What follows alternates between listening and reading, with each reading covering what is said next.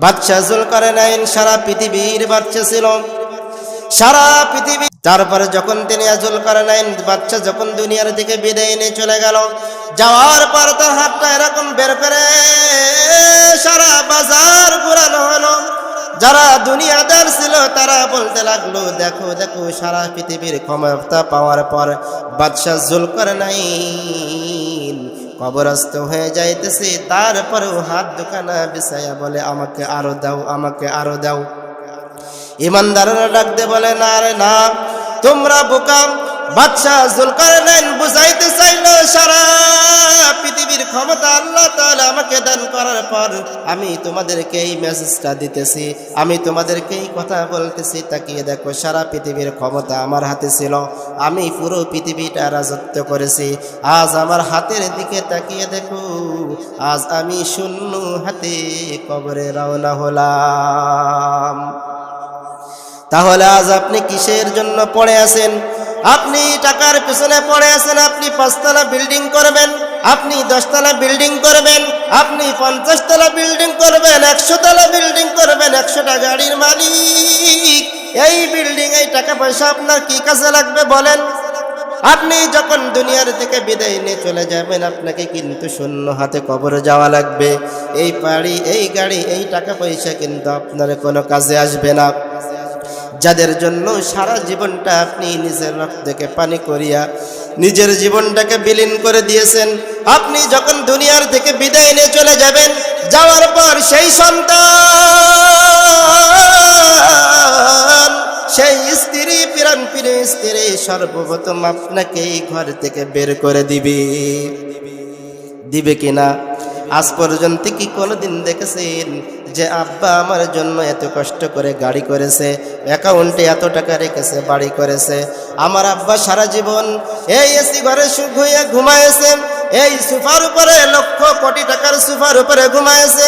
আমার আব্বা আজ দুনিয়ার থেকে বিদায় নিয়ে চলে গেছে। আজ আমার আব্বা এই শীতের ভিতরে কেমনে সিঁড়ির তলে থাকবে?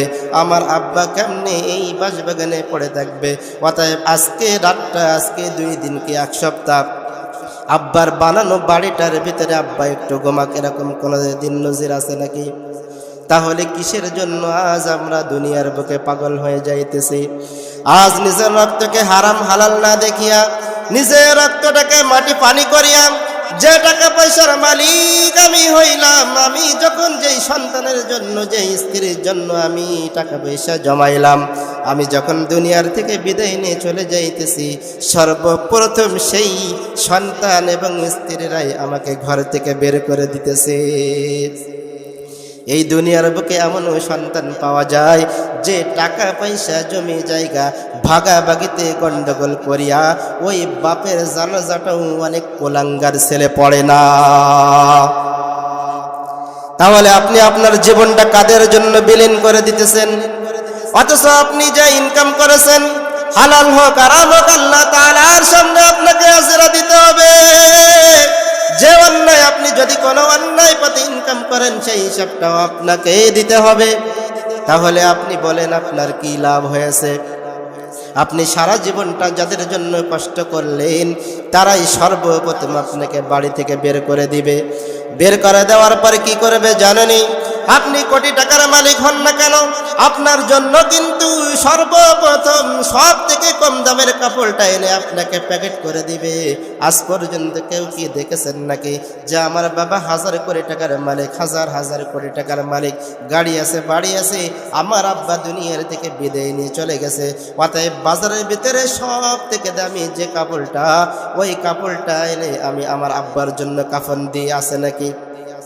যখন আপনি দুনিয়ার থেকে বিদায় নিয়ে চলে যাবেন, ওই সন্তান, ওই স্ত্রী মনে করবে আব্বার জন্য যখন আমি কাপড় কিনতে যাব, সেই কাপড়টা দামি কিনলে আমার টাকাটা নষ্ট হয়ে যাবে। কি হয়ে যাবে? কেননা সে তো থাকবে মাটির নিচে। অতএব কম দামের একটা কাপড় এনে তাকে পেঁচাইয়া ওই কবরস্থ করে দিবে। এই কথা যদি কোনো বান্দা ভাবে, সে কোনোদিন আল্লাহ তাআলাকে বাদ দিয়ে দুনিয়ার পিছনে কোশ্চিন কালেও ছুটতে পারে না। আপনি মনে করতেছেন আমি তো মরবই না, আমি মরব না, আমি মরব না, আমি দুনিয়া দুনিয়া করে হাজার হাজার কোটি টাকার মালিক হব। ফিরাউনের থেকে কোটিপতি আপনি হতে পারবেন বলেন? নমরুদের থেকে হতে পারবেন? সাজ্জাদের থেকে হতে পারবেন? ক্ষমতা পাওয়ার না রে বাবা না। আপনি আজ ভুলের ভিতরে আছেন। ক্ষমতায় দিয়েছেন তাদেরকে, যখন টিকাইতে পারে নাই আপনিও থাকতে পারবে না। যখন টাকা পয়সার অভাব নাই, তারা যখন দুনিয়ার থেকে বিদায় নিয়ে চলে গেছে আপনিও পারবেন না। আপনি তাকিয়ে দেখেন, যাদের হুঙ্কারে পুরো পিরোজপুরবাসী থরথর করে কাঁপত, খুলনা শহরটা থরথর করে কাঁপত, আজ তারা কবরবাসী হয়ে গেছে। তাদের উপরে কবরের উপরে ছাগলে গরুতে ঘাস খায়, অথচ একটু বলবে যে আমার কবরের উপরেতে একটু সরে দাঁড়া, কিন্তু সেই শক্তিটাও তাদের এখন নাই। যাদের হুঙ্কারে পুরো শহরটা থরথর করে কাঁপত, আজ তারা দুনিয়ার থেকে বিদায় নিয়ে চলে গেছে। তাদের কবরে বৃষ্টির পানি যায়, সেই বৃষ্টির পানিটা আটকাবে সে ক্ষমতাও তাদের নাই। তাহলে আপনি কিসের এত বাহাদুরি করেন? আপনাকেও তো একদিন কবরে যেতে হবে। কিন্তু আপনি যদি অন্যায় করে করে যদি অপরাধী হইয়া কবরে যান, তাহলে আপনার কি অবস্থা হবে? আল্লাহ তাআলা তো আপনাকে বানিয়েছেন ইবাদতের জন্য। আপনি দুনিয়ার বুকে থাকবেন এবং আল্লাহ তাআলার নাজ নিয়ামতকে আপনি সম্পূর্ণ রূপে ভোগ করবেন, বিনিময়ে আল্লাহ তাআলার আপনি ইবাদত করবেন।